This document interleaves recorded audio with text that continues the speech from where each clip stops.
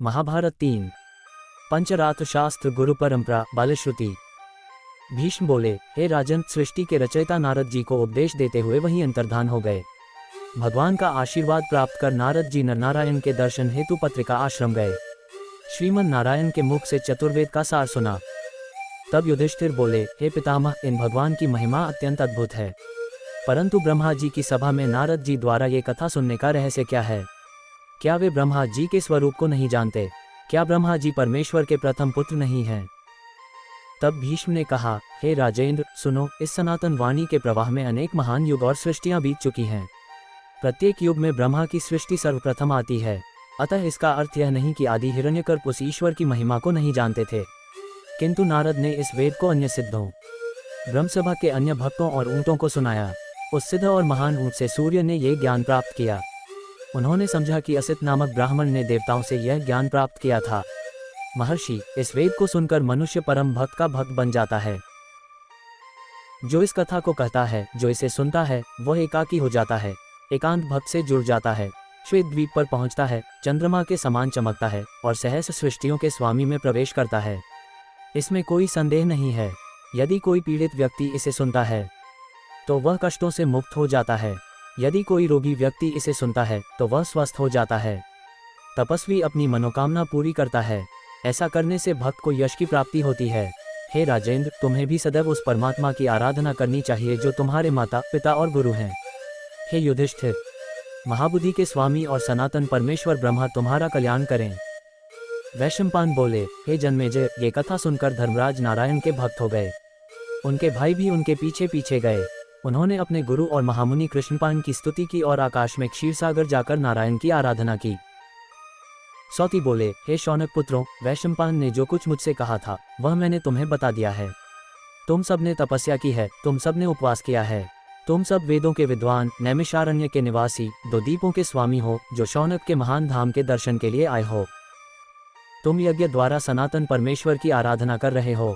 ये परंपरा से आता है, मेरे पिता ने मुझे अतीत में बताया था। तब सौत्य ने कहा, हे सौत्य, देवताओं द्वारा पूजित, संसार के रचयिता, जगत के रचयिता भगवान ने हविष्यु को यज्ञ का प्रधान देवता कैसे स्वीकार किया? उन्होंने यज्ञ कैसे किया? वेद और वैदिक ज्ञान रूपी इस ईश्वर ने ज्ञान और यज्ञ धर्म का रूप क्यों धारण किया? देवता प्रकृति के धर्म में भाग लेने के लिए कैसे उपयुक्त हुए? देवता कर्म से ज्ञान को हटाकर यज्ञ कैसे करते हैं? इस संशय को दूर करने के लिए नारायण की कथा सुनो। तुम ज्ञानी हो, तुम ही उनके संहारक हो। ऋषि सुधा के पुत्र ने कहा, हे सौनागर, सुनो। जन्मेजय ने कहा, मैं तुम्हारे लिए वैशंभय से जो कुछ मैंने पहले सीखा था उसका अनुवाद करूंगा। जन्मेजय ने कहा, ब्रह्म से, परम शक्ति से बंधे हुए ये सभी देवता और मनुष्य केवल प्रगति के कार्य में ही रुचि रखते हैं। जब आप उपदेश देते हैं तो आप समझाते हैं कि मुक्ति सर्वोच्च और शाश्वत आनंद है।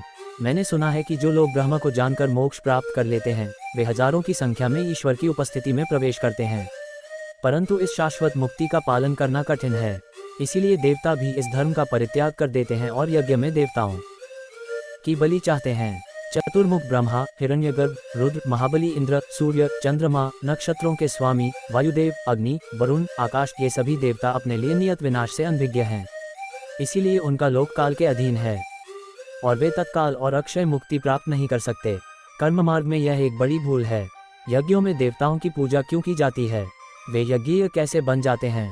फिर वे यज्ञ का अंश किसे अर्पित करते हैं? तब वैशंपायन ने कहा, हे राजन, आपने एक अत्यंत गूढ़ प्रश्न पूछा है। एक अज्ञानी, वेदों से अनभिज्ञ, पुराणों से अनभिज्ञ इन प्रश्नों का तर्कसंगत उत्तर नहीं दे सकता। मैं अपने गुरु कृष्णपान व्यास के बारे में ये प्रश्न पूछता था। इंद्रियों को वश में करो। क्रोध सुंदर वस्त्र धारण करके उनके पास आया। व्यास बोले, सुनो, मैंने स्वयं बहुत कठोर और महान तपस्या की है। इस तपस्या का कारण भूत, भविष्य और वर्तमान को जानने की इच्छा है। इस प्रकार अपनी इंद्रियों को वश में करके और तपस्या करके मैं क्षीरसागर के तट पर श्रीमन नारायण के घर गया। मैंने उनकी 3 बार पूजा की और मुझे ज्ञान प्राप्त हुआ। मैं तुम्हारे संशय दूर करने के लिए वह ज्ञान तुम्हें बताऊंगा। कल्पना में ज्ञान के दर्शन के माध्यम से मैंने जो कुछ खोजा है उसे मैं तुम्हें समझाता हूँ। जो सांख्य योग को जानते हैं वे उस परम आत्मा की चर्चा करते हैं जो अपने कर्मों से महापुरुष कहलाते हैं। जो उससे उत्पन्न अमूर्त आत्मा को जानते हैं वे कहते हैं कि अमूर्त आत्मा ही प्रधान है, सर्वव्यापी है, उसे अहंकार भी कहते हैं। वह उठ खड़ा हुआ। यही प्रकृति है। सारा जगत उसकी शरण में गया। फिर जगत के पिता ब्रह्मा, वेद और वेदों की रचना भी पूर्णता के लिए रची गई। पृथ्वी, योजन, उनका अंश। उपरोक्त 8 प्रकृतियों से यह संपूर्ण जगत निर्मित हुआ। क्रोध के अवतार रुद्र उत्पन्न हुए। उन्होंने अपने समान 10 पुरुषों की रचना की। इस प्रकार रुद्र 11 हो गए। सब कुछ बदल रहा था। पुरुष भी वे प्रकृति थे और उनके द्वारा निर्मित प्राणियों में वांछनीय थे। हम कौन हैं और हमें किस अधिकार के अधीन रहना चाहिए? हमें इन शक्तियों का उपयोग कैसे करना चाहिए? तब ब्रह्मा ने उस देवता के बारे में और अधिक समझाया। ब्रह्मा और धार्मिक अनुष्ठानों के रहस्यों को सिखाने वाले देवता। तब ब्रह्मा ने कहा, हे देवताओं, आपने मुझे ठीक ही याद दिलाया है। मुझे आपका आशीर्वाद चाहिए। मेरे मन में भी एक विचार है जो आपको पसंद नहीं है। हम त्रिदेवों की यात्रा कैसे करें? हम आपके और मेरे लिए शक्ति कैसे न खोएं? मैंने इस पर विचार किया। यहाँ से हम सभी उस अदृश्य महापुरुष जो जगत का साक्षी है तक पहुँच सकते हैं। वही हमें बताएगा कि हमारे लिए क्या सर्वोत्तम है। ब्रह्मा के ऐसा कहने पर ऋषिगण और देवता उनके साथ विश्व कल्याण की खोज में दिव्य सागर के उत्तरी तट पर गए।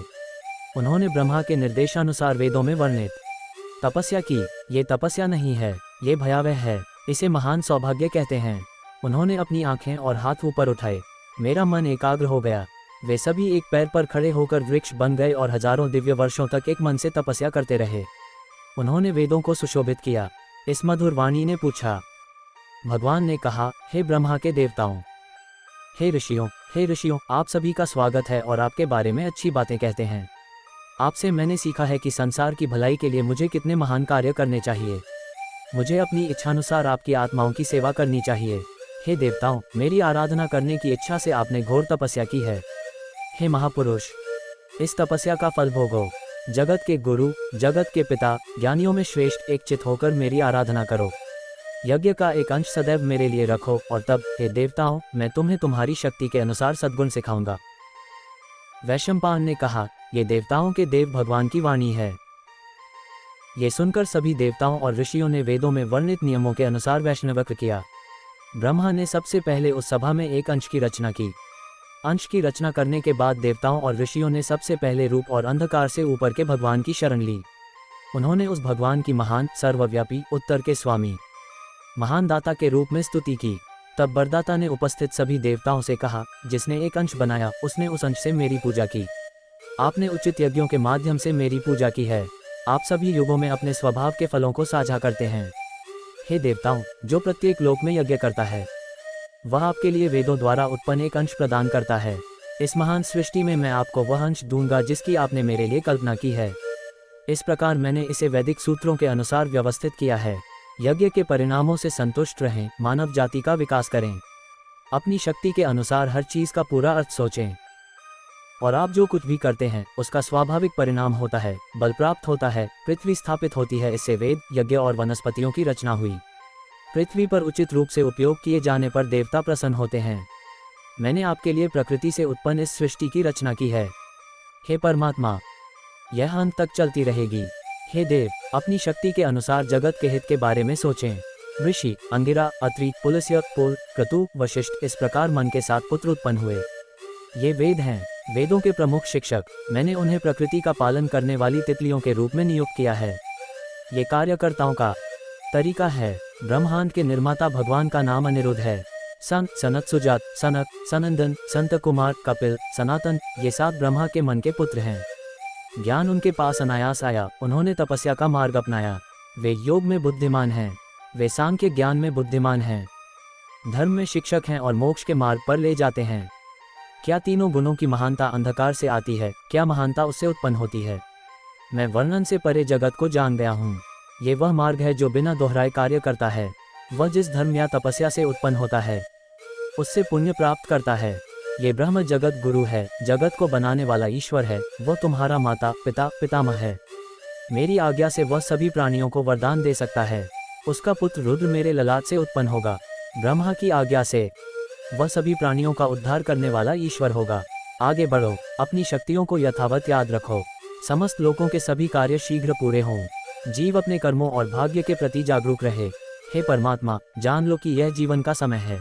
अब क्रतुयुग नामक महायुग आता है। इस युग में बलि के लिए लाए गए पशुओं पर अत्याचार नहीं करना चाहिए, उन्हें आगे नहीं बढ़ाना चाहिए। यहाँ धर्म 4 पैरों पर खड़ा है। फिर त्रेता युग नामक युग आता है, फिर द्वापर युग आता है। युग में धर्म अपने 2 पैर खो देता है। इसके बाद कलयुग आता है और धर्म का केवल 1 पैर बचा है।